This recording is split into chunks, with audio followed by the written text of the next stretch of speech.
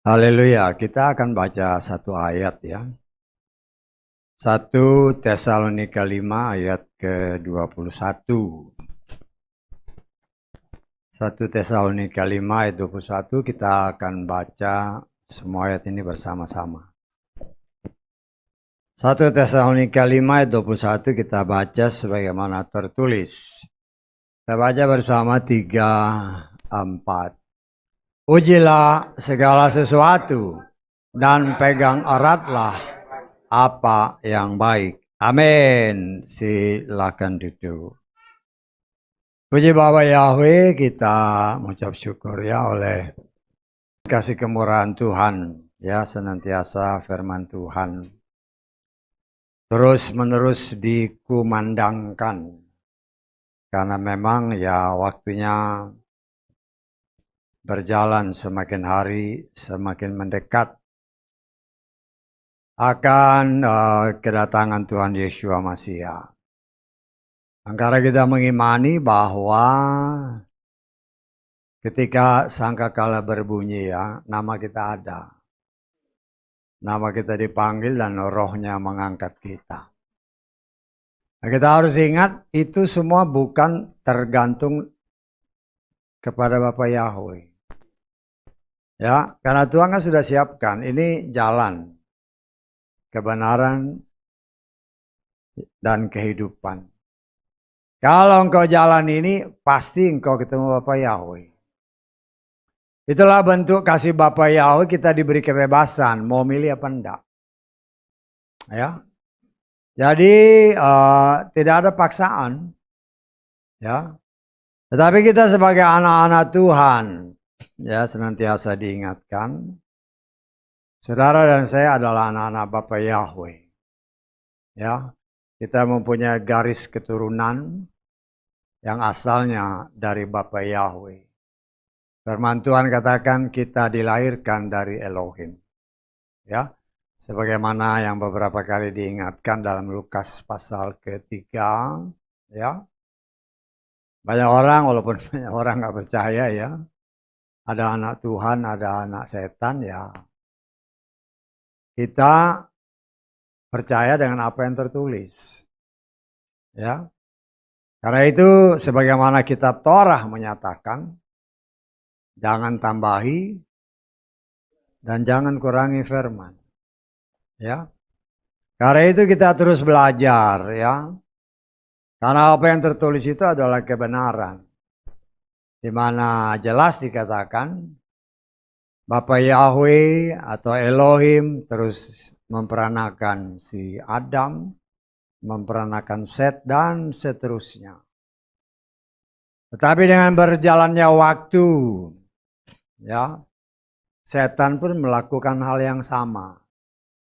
Karena itu ketika manusia pertama kali tertipu oleh si setan, ada tertulis, keturunanmu kepada Hawa dia katakan, kepada Adam dia katakan, ya akan menjadi lawan keturunan daripada si jahat, kan dalam kitab Kejadian pasal 3. Ya. Jadi jelas ada keturunan. Kalau namanya keturunan berarti secara fisik pun pasti ada. Walaupun amat sangat sulit orang mempercayainya. Kalau ditanya setan itu dari mana? Setan itu malaikat yang jatuh kan? Loh, malaikat yang jatuh kan jelas di dalam kitab Kejadian pasal 6. Ya. Dan di Kejadian pasal 6 ya kita senantiasa diingatkan. Ya. Sebelumnya juga sudah ada. Lo dari mana? Ya. Kita diajar oleh Tuhan untuk mempunyai roh yang proaktif untuk senantiasa berkomunikasi dengan Bapa Yahweh. Ingat ya, ada perbedaan antara anak-anak Bapa Yahweh dengan orang dunia. Karena engkau dan saya adalah anak, maka dia berikan rohnya yang kudus. Ya, kalau saudara dengar tadi kesaksian kan, banyak kesaksian. Roh Kudus yang menolong. Karena itu jangan lupakan Roh Kudus. Dalam segala kegiatan kita, ya, banyak orang yang menamakan diri orang percaya, dia lupa ada Roh Kudus yang dianugerahkan kepada anak-anak Bapa Yahweh. Kalau bukan anak Bapa Yahweh, ya memang nggak mungkin ada Roh Kudus. Ya, kita sangat mengucap syukur dengan detail Tuhan berikan penerangan yang luar biasa.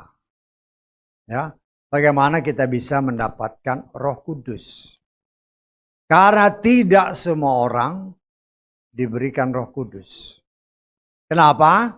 Karena ada tertulis dalam kitab Tesalonika.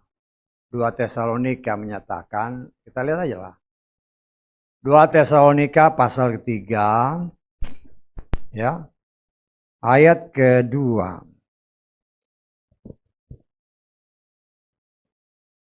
Supaya kami dapat terlepas dari para pengacau dan orang-orang jahat karena iman bukan ada pada semua orang. Kita lihat terjemahan LAI, ya. Kita lihat terjemahan LAI. Supaya kami terlepas dari para pengacau dan orang-orang jahat, sebab bukan semua orang beroleh iman. Kita sudah belajar dari kitab Galatia. Siapa itu iman? Karena berbicara iman, berbicara pribadi. Tidak semua orang memperoleh iman. Tidak semua orang percaya kepada Yeshua. Kalau nggak percaya Yeshua sebagai Tuhan dan Juru Selamatnya dan tidak pernah mengakui. Ya, orang Kristen banyak. Orang Kristen banyak di seluruh pelosok muka bumi. Tetapi apakah engkau, ya kita termasuk kita sekarang di sini. Kita harus setiap saat mengikrarkan apa yang tertulis dalam Roma pasal 10 ayat 9 dan 10. Ya. Kita harus percaya dengan hati dan menyatakannya dengan mulut. Ya, kan banyak orang Kristen. Orang Kristen, pernah nggak engkau mengakui bahwa Yeshua itu adalah Tuhan dan Juru Selamat? Padahal itu kan tertulis. Ya. Kita harus sangat berhati-hati ya dengan banyak pengajaran-pengajaran yang begitu, ya. Memang banyak pengajaran itu hanya untuk mengenakkan telinga. Tetapi tidak mempraktekkannya. Karena itu kita belajar. Kalau firman Tuhan yang tadi dikatakan. Ujilah segala sesuatu. Segala sesuatu dalam kehidupan ya manusia, dalam kehidupan manusia, itu semua ada standarnya. Ada standar. Ya. Ya contoh paling gampang. Ya. Yang ya kita kan pernah belajar di sekolah lah sedikit-sedikit ya. Untuk mengetahui berat sesuatu barang, ya, entah itu benda padat, entah itu benda cair, ya, maka harus ada alat untuk mengujinya. Kalau kebetulan nggak ada timbangan gimana? Ya, timbangan. Lalu kalau gimana kalau nggak ada timbangan? Karena itu kita belajar ya, secara kasar, ya. Berat itu adalah volume suatu benda dikalikan dengan berat jenisnya. Berat jenisnya itu yang mana yang jadi patokan? Standarnya adalah air yang murni. Standar air yang murni berat jenisnya itu 1. Ya. Jadi itulah standar kalau kita mau menghitung katakanlah berat suatu besi. Ya. Kita tahu ukurannya. Ya, mungkin ya panjang lebar ya gampang kita ngukur berapa volumenya. Tapi karena nggak ada timbangan kan bingung. Kalau ada timbangannya tinggal langsung ditaruh timbangan. Tetapi bisa aja suatu saat kan kita sebagai anak-anak Tuhan ada di lapangan kemudian timbangan nggak ada. Ya. Itulah gunanya sekolah. Jadi kalau nggak ada timbangan gimana nih? Waduh, nggak ada timbangan, nggak bisa ngukur. Loh, ada rumusnya. Ya, nah, kita harus tahu berat jenisnya. Kalau kita tahu berat jenisnya, volumenya berapa kali berat jenis, dapatlah berapa beratnya. Ya, ujilah segala sesuatu. Artinya alat pengujinya itu harus ada standarnya. Harus ada standar. Ya. Kenapa kita ya di sekolah kan naik kelas kan ada namanya ujian. Kenapa diuji? Kan gitu. Karena untuk naik dari satu tingkat ke tingkat yang lain, ada standar minimum yang dibutuhkan seseorang untuk bisa naik ke satu level. Dan itu harus dilakukan dengan yang namanya kita kenal ujian. Dengan soal-soal yang standar, orang ini bisa nggak masuk ke tingkat itu? Ya, umpamanya contoh yang paling gampang. Kita punya anak baru ya mungkin 5 tahun, 6 tahun. Ya. Sekarang berapa? 6 tahun, 7 tahun ya yang bisa masuk SD kan? Kalau dulu kan 5 tahun masih bisa. Ya. Lo sekarang kan saya mau masukin di SD. Lo kan ditanya, udah bisa baca tulis belum? Betul nggak? Lah itu standarnya diuji dulu. Oh bisa-bisa. Diuji dulu bisa nggak? Kalau ternyata dia tidak bisa, berarti dia belum boleh memasuki level kelas yang diminta. Anak saya udah bisa kok. Ya diuji dulu. Saya tanggap. Diuji dengan standar yang ada untuk kelas tersebut. Ya. Nah, itulah yang kita kenal. Dia tamat SD, dia tamat SMP, dia tamat SMA, dia tamat perguruan tinggi, melanjutkan lagi pendidikannya lebih tinggi lagi sampai ke level pendidikan yang tertinggi yang dikenal oleh manusia. Ya. Berdasarkan level-level itu kan, ya kalau saudara mencari kerja umpamanya kan, melamar kerja, dibutuhkan tenaga, kan ada standarnya. Minimum pendidikannya ini. Yang dibutuhkan laki atau perempuan. Usianya sekian. Loh itu kan standar minimum yang diminta oleh mereka yang menawarkan. Kalau tidak memenuhi standar ini, ya otomatis gagal. Bisa tahu nggak? Ya. Bahwa dibutuhkan laki-laki sekian. Yang ngelamar cewek, ya itu aja udah salah. Udah nggak bakal diterima. Ya. Lah segala sesuatu itu ada standarnya. Di dalam kehidupan nyata manusia. Loh kita pun dalam kehidupan kita sebagai anak-anak Tuhan. Kita juga ada standar. Hanya masalahnya. Ya. Yang tahu standar itu hanya Tuhan. Ya. Nah, kita bilang Tuhan tambahkanlah iman percaya saya kepadamu. Ya. Saya ya mencoba membayangkan karena standar-standar ini kan. Kita tidak tahu standar iman kita itu sekarang sudah sampai di level mana. Yang tahu itu hanya Tuhan. Dan Tuhan sudah menentukan untuk engkau bisa diangkat nanti saat sangkakala berbunyi kelak. Standar level imanmu itu harus minimum sekian.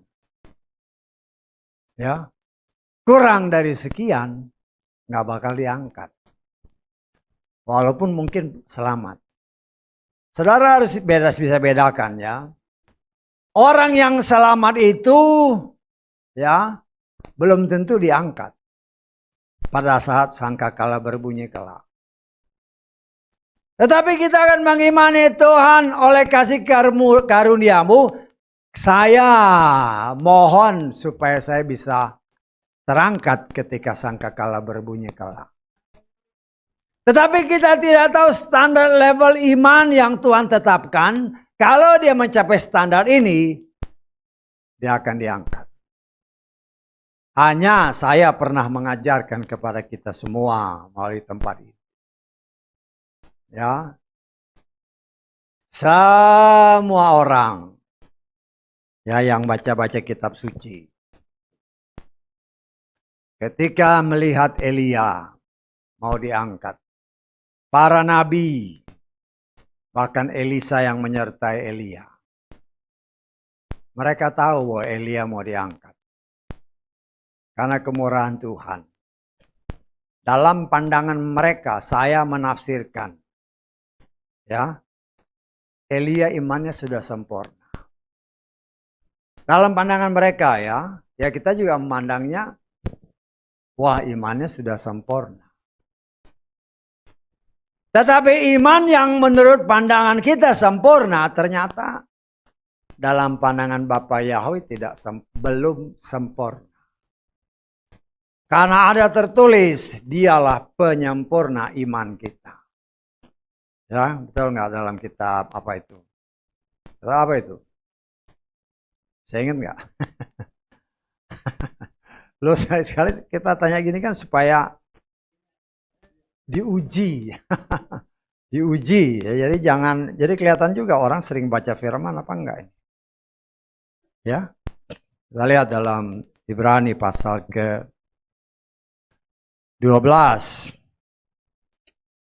ayat ke-2.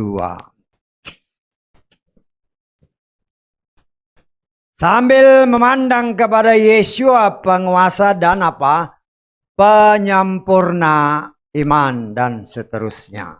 Ya. Dalam pandangan banyak orang pada waktu itu zaman Elia imannya sudah sempurna. Tetapi firman Tuhan membuktikan apa yang dianggap sempurna. Ketika Elia diraibkan oleh Tuhan dengan kereta dari sorga, jubahnya ketinggalan. Atau jubahnya harus ditanggalkan. Berbicara jubah, kata kitab Wahyu, adalah karakter manusia. Karakter yang dalam pandangan manusia bisa tersembunyi. Tapi dalam pandangan Tuhan, tidak ada yang tersembunyi. Semua telanjang. Kata firman Tuhan kan. Di mana itu? Hah? Saya sekalian ngajar kita semua. Ya. Semua telanjang di hadapan Tuhan. Kita lihat ya. Ibrani pasal ke-4. Ayat ke-13. Dan tidak ada makhluk yang tersembunyi di hadapannya, sebaliknya. Segala sesuatu telanjang dan terbuka. Di mata dia yang kepadanya ada pertanggungjawaban kita. Perhatikan ayatnya baik-baik. Saudara dan saya nanti ya harus berdiri di hadapan takhta Yeshua Mashiach. Mempertanggungjawabkan setiap detik kehidupan kita kepada dia. Apakah yang kita jalani hidup ini sesuai kehendaknya atau tidak. Kalau mikirnya nggak benar, wah dia ibadah tanggal sekian. Tapi pikirannya di luar. Tuhan tahu. Loh itu harus kita pertanggungjawabkan karena ini. Karena itu kita belajar untuk mengerti kehendak Tuhan dengan benar. Karena nanti kita akan berhadapan langsung dengan dia. Tetapi kita sangat percaya bahwa dia itulah penyempurna iman kita. Sesuai dengan apa yang tadi tertulis. Dan dia tahu seberapa kesanggupan kita. Ya, kan kita punya kesanggupan yang berbeda-beda. Ya. Kesanggupan yang berbeda. Oh masa lu gampang aja yang ininya. Semua dalam satu kelas gini kan. Kalau dites nggak semuanya dapat 10. Artinya di situ bisa kelihatan kemampuan daya tangkap seseorang untuk mengerti sesuatu hal. Itu namanya diuji. Ya, tetapi setiap ujian ada levelnya. Oke, dengan standar sekian boleh dinaikkan standarnya. Nah, berbicara tentang Elia. Ketika Elia diraibkan, orang si Elisa juga lihat. Loh, kok jubahnya ketinggalan? Saudara, ya kita ini yang nggak ada pedagang emas ya. Dagang emas, atau paling sih kalau saudara cari ke toko emas. Kau tanya sama tukang emas, Pak saya mau beli emas yang 100%. Nggak ada. Nggak ada. Kau beli kemana? Ke Antam ya, aneka tambang itu. Kan dia punya emas-emas yang apa namanya ya, keping-keping itu. Pak saya mau beli emas yang 100%. Nggak ada. Nggak ada emas yang 100%. Tetapi kita sudah belajar dan diajar, diingatkan di tempat ini. Tuhan bukan mau yang 30%. Tuhan bukan mau yang 60%. Tuhan mau yang 100%. Dan karena Tuhan punya rencana untuk mengangkat Elia. Yang membuat dia tidak 100% itu jubahnya. Keakuannya. Egoisnya. Bagi mata manusia, dia sudah oke. Tapi bagi Tuhan, engkau masih ada yang gak beres. Tetapi karena Tuhan mau mengangkat dia, maka jubah ini ditanggalkan Tuhan. Diganti dengan jubah kemuliaan. Karena itu dikatakan dalam ayat firman Tuhan. Dialah penyempurna iman kita. Lah iman kita ini, kalau saya boleh tafsirkan seperti apa yang dialami oleh Elia. Hanya bisa mencapai 99,9% standar Tuhan. Kita nggak tahu ya sampai standar Tuhan itu bagaimana. Tetapi saya percaya apabila sangkakala berbunyi kelak dan Tuhan mau meraibkan kita semua yang kita pakai akan terlepas dengan sendirinya. Dan dia menggantikannya dengan pakaian kemuliaan sorgawi. Nah itulah yang senantiasa kita rindukan sebagai anak-anak Tuhan. Karena itu selama kita di dalam menjalani kehidupan ini, firman Tuhan jelas mengatakan, ujilah segala sesuatu dan peganglah yang baik. Ya. Masalahnya apa yang baik? Ya. Apa sih yang baik? Kita lihat dalam Matius pasal ke-19. Dikatakan di dalam ayat 17. Dan dia berkata kepadanya, mengapa engkau mengatakan aku baik? Perhatikan, tak ada seorang pun yang baik kecuali satu, Elohim. Tuhanlah yang baik. Siapakah dia? Dia adalah firman.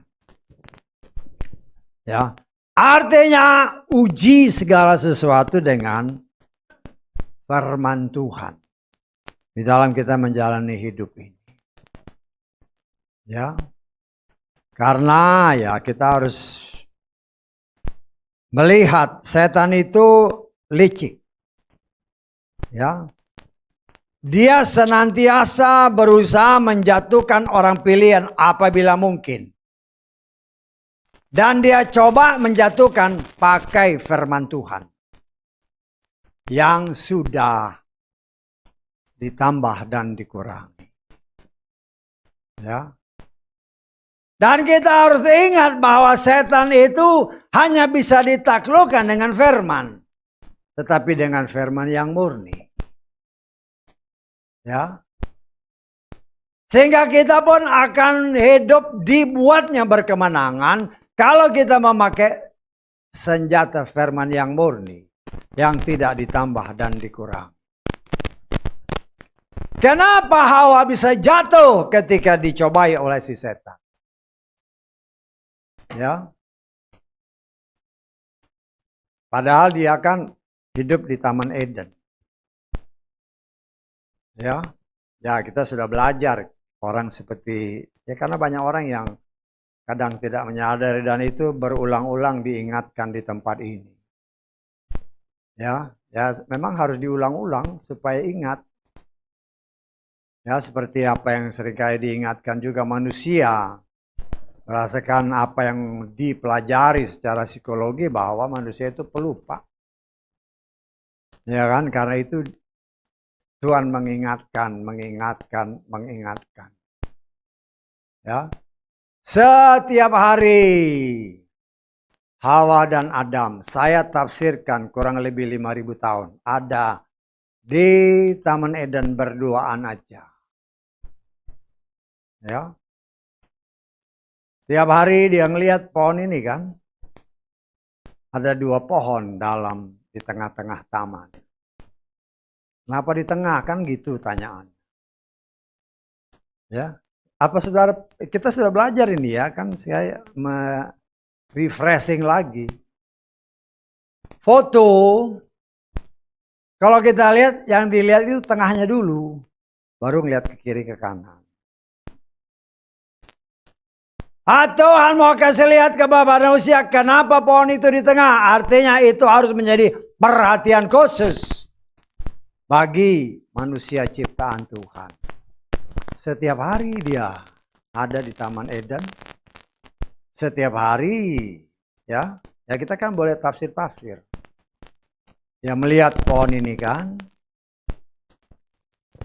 Ketika Tuhan izinkan setan masuk. Kita sudah belajar kenapa dia diizinkan masuk. Saya harapkan saudara nggak lupa ya. Karena itulah firman Tuhan itu tersembunyi. Ya, banyak orang Kristen tidak pernah menyelidiki dan menyadari bahwa Adam dan Hawa itu dicobai oleh si setan karena diizinkan Tuhan. Kenapa diizinkan Tuhan? Karena mereka memberontak terhadap firman. Sekian ribu tahun Tuhan bilang, kamu beranak cucu, penuhi bumi. Tapi itu tidak dilakukan. Karena itu Tuhan izinkan si setan masuk. Ketika ditanya ya sama setan, karena itu jangan beri kesempatan kepada setan. Ya. Jangan berkomunikasi dengan setan. Karena Hawa membuka diri untuk berkomunikasi dengan setan, kalah dia. Kenapa kalah? Kan dipancing sama si setan. Ya. Nah, kita lihat lagi ya. Kita belajar kan. Belajar. Setan bilang, kita lihat di dalam Kejadian pasal 3. Ayat kita baca ayat ke-1 ya. Setan licik. Kejadian 3:1, adapun ular itu cerdik lebih dari segala binatang liar di padang yang telah Yahweh Elohim jadikan. Dan dia berkata kepada wanita itu, benarkah Elohim berfirman bahwa kamu tidak boleh makan dari semua pohon di taman ini? Setan mancing-mancing. Sayangnya Hawa membuka diri untuk berkomunikasi. Ini celah ya. Karena ada tertulis dalam kitab Wahyu, jangan berkomunikasi dengan setan. Tapi sekarang kenyataannya pelayan Tuhan belajar bagaimana setan kerja. Loh ini celah, kau beri diri. Kok setan nanya, engkau buka jalan. Ya sudah. Wanita itu berkata kepada ular, kami boleh makan buah dari pohon taman ini. Tetapi, perhatikan baik-baik. Ini banyak orang yang tidak memperhatikannya. Sehingga dari pembicaraan antara Hawa dengan setan, ada firman yang ditambah dan ada firman yang dikurangi. Saya sudah pernah mengajarkan dan berkali-kali mengingatkan kepada saudara, banyak orang yang lupa juga. Ya. Tetapi buah dari pohon yang ada di tengah-tengah taman itu, Elohim berfirman, kamu tidak boleh memakannya. Atau apa? Menyentuhnya. Karena engkau akan mati. Ya. Luar biasa. Karena engkau memberi diri untuk berkomunikasi dengan setan. Ya. Setan itu licik. Salah engkau menjawab, kau buka celah yang lebih lebar. Kita lihat ya. Di dalam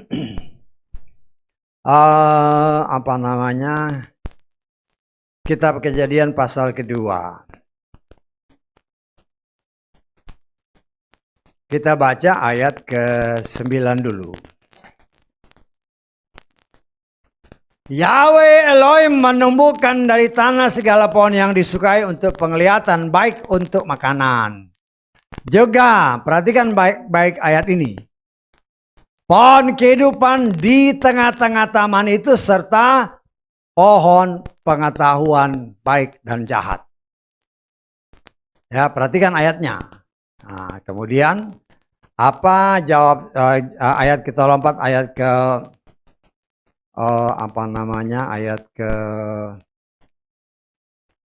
ayat ke-16. Yahweh Elohim memberi perintah kepada manusia dengan berfirman, dari segala pohon di taman ini engkau sungguh boleh memakannya.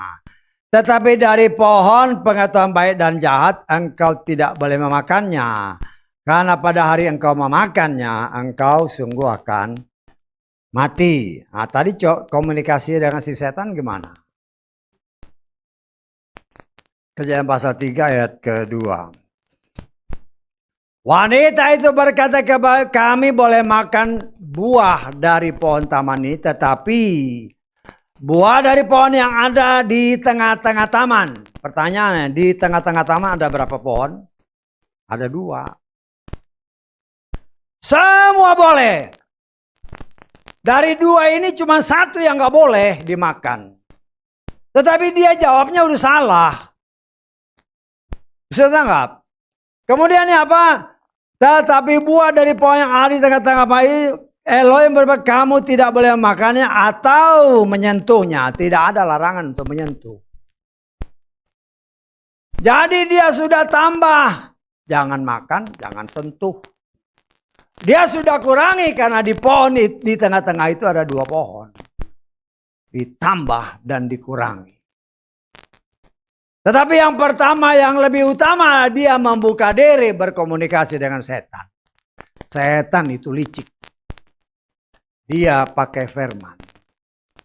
Kalau kau tidak memakai firman untuk melawan si setan, firman adalah pedang yang tajam yang Tuhan berikan. Bahkan lebih tajam daripada pedang bermata 2 manapun. Itulah senjata kita melawan si setan. Karena itu ketika bisa saja Tuhan izinkan setan mencobai kita. Ya.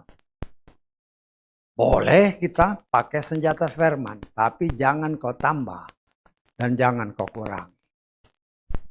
Ya ini contohnya. Karena kau tambah dan kurangi firman, Hawa jatuh. Lo ini contoh. Jangan tambah, jangan kurang.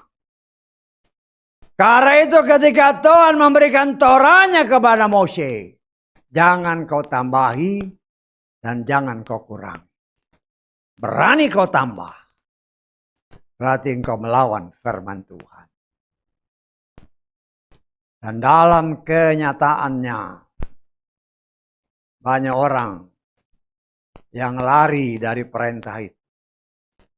Tambah-tambah sedikit nggak apa-apalah, Tuhan ngerti.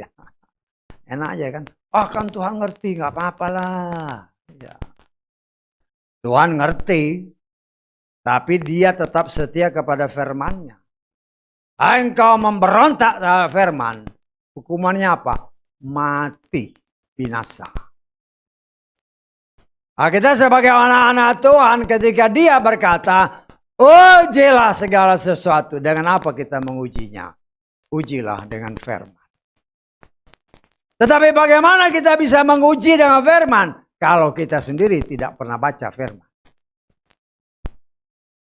Ya nggak bisa. Ya. Karena itu di tempat ini saya senantiasa menghimbau kita semua. Bacalah firman Tuhan. Jangan hanya nyanyinya aja. Ku renungkan firman-Mu siang malam. Nyanyikan. Oh, sampai menangis-nangis. Ya, kalau kan setan itu pendakwa. Ketika kau nyanyi lagu tadi itu, ya, ku renungkan firman-Mu siang dan malam.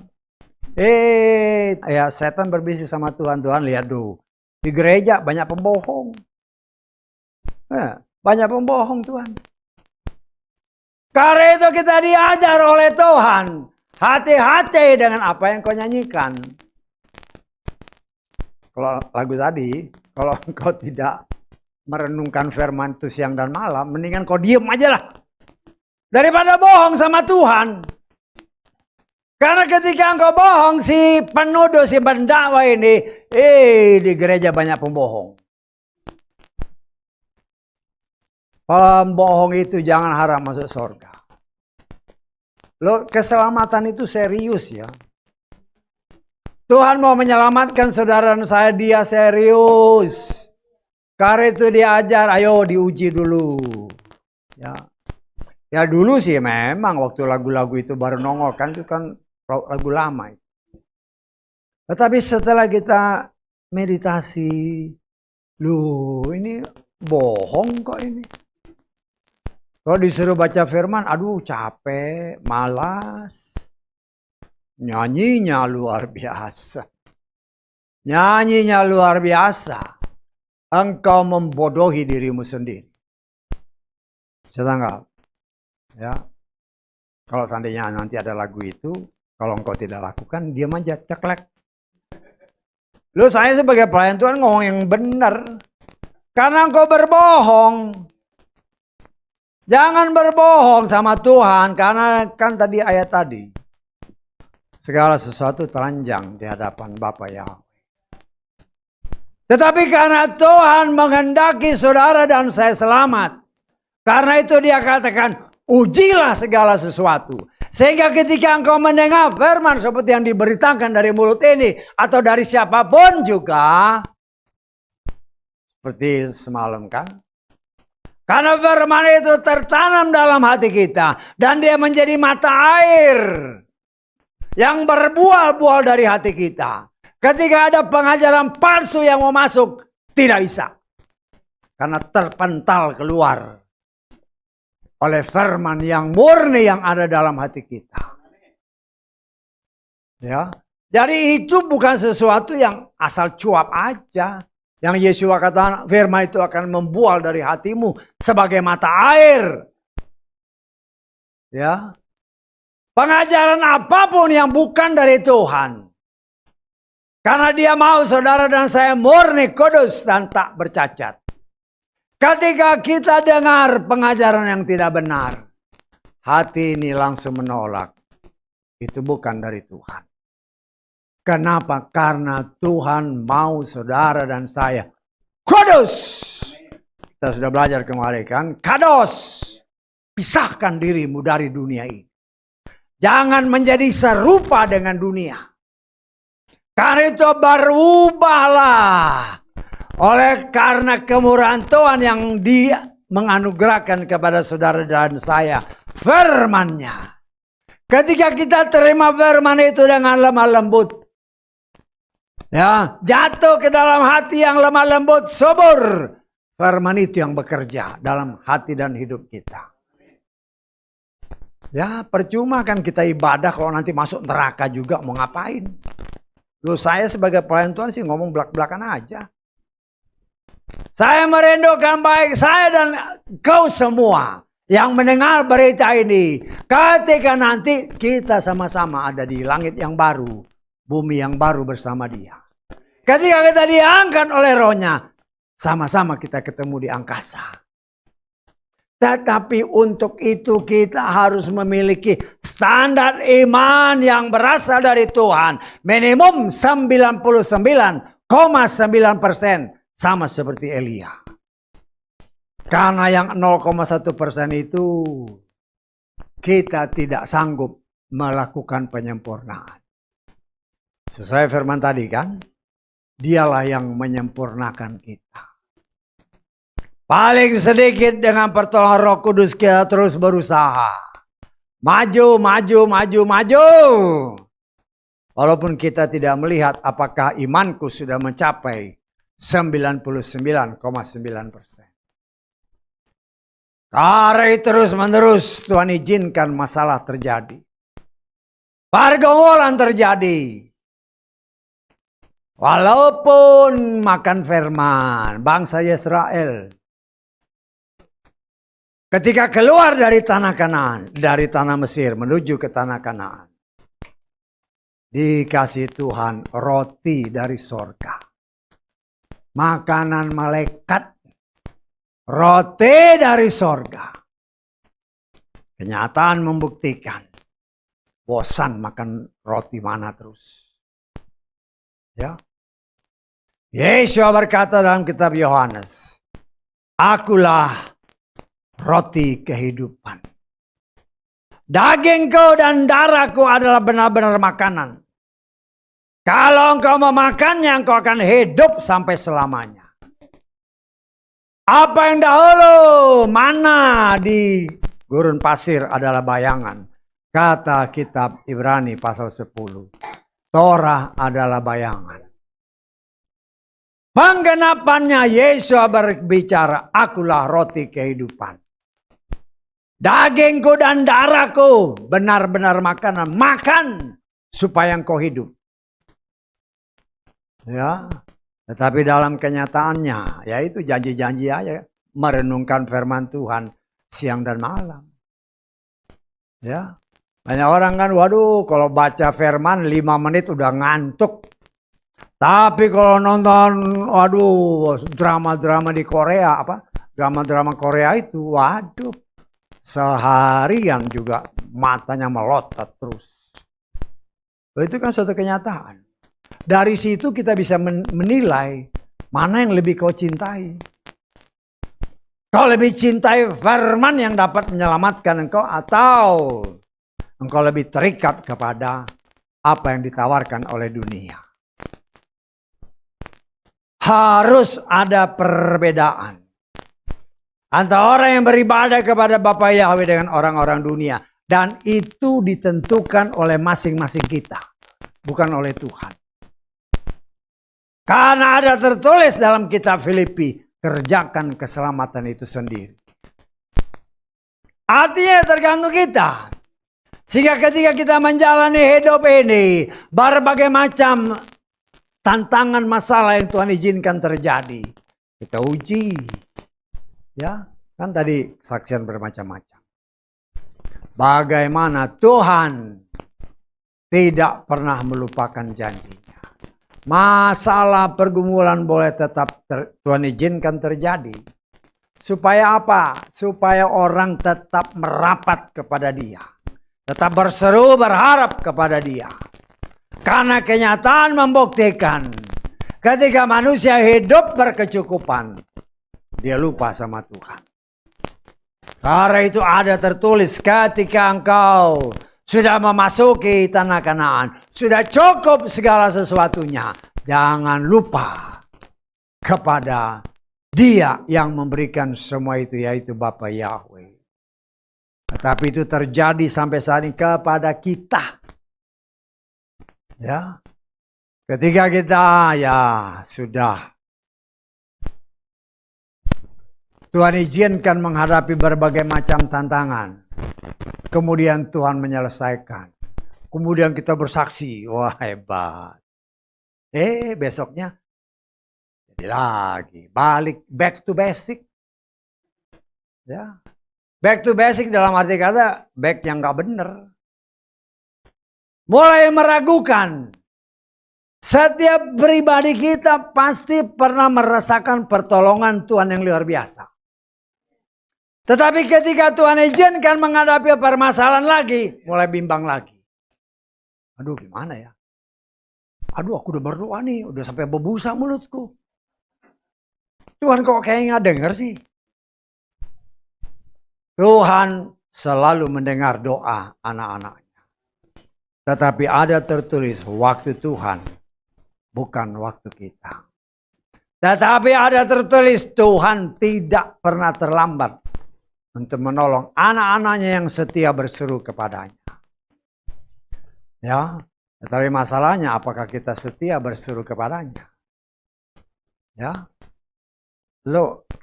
kan kita sudah belajar. Ya, Abraham, Sarah berdoa minta anak, minta anak, minta anak. Tuhan bilang kamu bakal punya anak. Ya, karena engkau akan menjadi bangsa yang besar melalui keturunanmu. Itu Tuhan sudah janji. Tetapi dengan berjalannya waktu, ingat kesetiaan itu ditentukan oleh waktu. Ada orang yang setia ya seminggu, 2 minggu, setahun, 2 tahun. Ya, Tuhan mau setia sampai mati. Kan itu tertulis. Tetapi kenyataannya, ya, ketika masalah datang, wah rapat sekali. Kok gereja rajin bener. Baca firman rajin. Jangan kau tipu Tuhan. Banyak orang yang nipu Tuhan atau mau menipu Tuhan. Ya kita berdoa. Kau nangis-nangis tapi hatimu tidak sungguh percaya kepada dia. Gak bisa. Karena di dalam menghadapi setiap permasalahan, Tuhan pun sesungguhnya sedang menguji kita. Apakah kita setia? Kita belajar tentang si Nuh. Demi keselamatan dia dan keluarganya, dia tetap mengerjakan apa yang Tuhan perintahkan. Bangun bahtera, tantangan, permasalahan, pergumulan. Dia kerja berat ya. Kenapa saya katakan? Saudara bisa bayangkanlah. Peralatan apa sih yang mereka punya? Harus bikin bahtera sebesar seperti itu. Dan saya percaya waktu itu pohonnya itu mungkin lebarnya, diameternya itu bisa 10 pelukan kita. Bagaimana dia motongnya? Bisa tangkap nggak? Bagaimana dia motong? Kalau sekarang ya pakai chainsaw bisa. Dulu bagaimana? Bagaimana dia bikin ya udah potong kan harus dia bikin papan. Bagaimana dia bikin papan? Bagaimana usahanya bekerja sungguh-sungguh. Dan saya percaya karena itu perintah Tuhan. Tuhan pasti tolong. Tuhan punya cara untuk menolong anak-anaknya yang berseru kepadanya. Dan ada tertulis. Si Nuh adalah orang yang bergaul dengan Tuhan. Bergaul dengan Tuhan dan saya percaya Tuhan pasti mengirimkan malaikat surgawi untuk menolong akan anak-anaknya. Karena di Nuh ini kan menjalankan perintah Tuhan. Kalau dia pakai kekuatan sendiri mana bisa. Dan kita harus ingat ya. Ketika perintah itu datang umur Nuh sekitar 500 tahun. Bukan 50, 500. 502. Kalau sekarang, waduh 50 aja suruh tebang pohon udah punggungnya udah bengkok. Ini 500 tahun loh, itu bukan main-main. Kalau bukan kekuatan dari Tuhan gak mungkin. Tetapi dia bisa menyelesaikan tepat waktu, karena itu saya percaya. Karena kan firman Tuhan kata, dia bergaul dengan Tuhan. Dia ngomong lah, Bapak nih gimana nih, gimana. Kayak kesaksian tadi kan gimana. Dalam pandangan, waduh gak mungkin. Tapi tetap setia menjalani apa yang Tuhan perintahkan. Karena Tuhan tahu dia sanggup. Dan dia akan menolong anaknya yang berseru berharap kepadanya. Perhatikan nggak dari kesaksian-kesaksian tadi. Oh, aduh, ya secara akal pikiran manusia, gimana ya? Tetapi bagi Tuhan tidak ada yang tidak mungkin. Hanya masalahnya, apakah kita menyerahkan itu kepada Dia seutuhnya, atau kita mau berjalan dengan kekuatan sendiri. Ingat ya, kita Tuhan tolong. Ya kalau kita cuma nongkrong aja di rumahnya, apa yang mau ditolong? Ya, ketika bangsa saya mau menyeberangi laut, Mose bingung, tapi Tuhan bilang jangan bingung. Apa yang ada di tanganmu, tongkat, angkat tanganmu. Artinya tindakan itu dari kita. Tuhan yang menyertai ketika bertindak. Karena sebelumnya kan memang Tuhan yang suruh. Ketika bertindak, Tuhan akan turut bekerja. Bukan Tuhan kerja duluan. Dia mau kita melakukan. Baru dia menolong. Jangan dibalik. Kenapa? Karena Tuhan mau kita juga terlibat langsung dalam segala sesuatu yang Tuhan rencanakan bagi kehidupan kita. Nah, Dia mau kan kita selamat. Ya. Dia mau kita selamat. Ya coba aja koreksi sendiri-sendiri kan. Seberapa cinta kasihku kepada Bapa Yahweh. Seberapa banyak yang ku baca firman Tuhan. Kita tidak bisa bohong dengan Tuhan. Dan bagaimana kita bisa menjalani kehidupan ini dengan berbagai macam rintangan-rintangan. Nah, kita kan harus menguji. Tuhan ini apa? Nah, kita harus ada alat ujinya. Alat ujinya apa?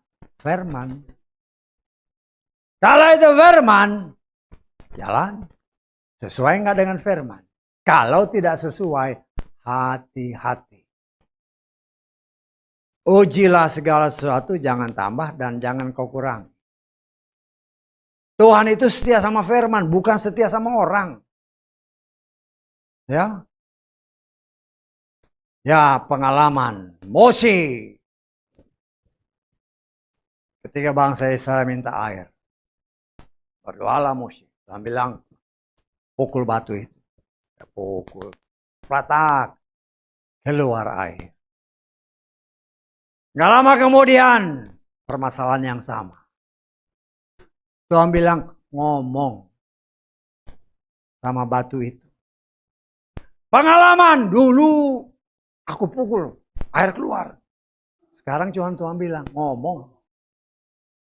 Aduh, karena emosi, karena marah bangsa ini terus memaksa si Mose, akhirnya dia emosi. Karena emosi, tongkat, pratak, memang keluar air. Tapi Tuhan bilang, engkau tidak menghormati aku. Padahal sepele masalahnya, kelihatannya sepele. Tapi dalam pandangan Tuhan, engkau melanggar perintah. Itu orang yang level imannya sudah berhadapan muka dengan Bapa Yahweh. Masih bikin salah. Karena emosi yang sesaat. Ya karena kan dia didesak sama rakyat. Timbul emosi, timbul kemarahan. Tuhan bilang ngomong aja. Patak. Akhirnya apa? Kamu tidak boleh masuk ke tanah perjanjian. Itu levelnya Mose. Nah, kita bagaimana? Ya, beribadah, berdoa. Aduh capek nih. Sudah. Ya, mau pergi, nggak buru nih, nanti berdoa di jalan ya. Nanti pasti jalan kecelakaan. Aduh, tadi aku lupa berdoa. Salah siapa? Jangan main-main di tengah dunia yang dikuasai oleh si jahat. Kita hanya memohon belas kasihan Tuhan, kita tidak mampu melawan si jahat dengan kekuatan sendiri. Karena kita nggak lihat dia. Setan itu kan roh. Roh harus dilawan dengan roh. Dan malaikat itu roh, ada tertulis dalam Keluaran 23. Oh, dikatakan aku menyiapkan malaikat. Coba kita lihat Keluaran 23 ayat ke berapa itu? Ke-20.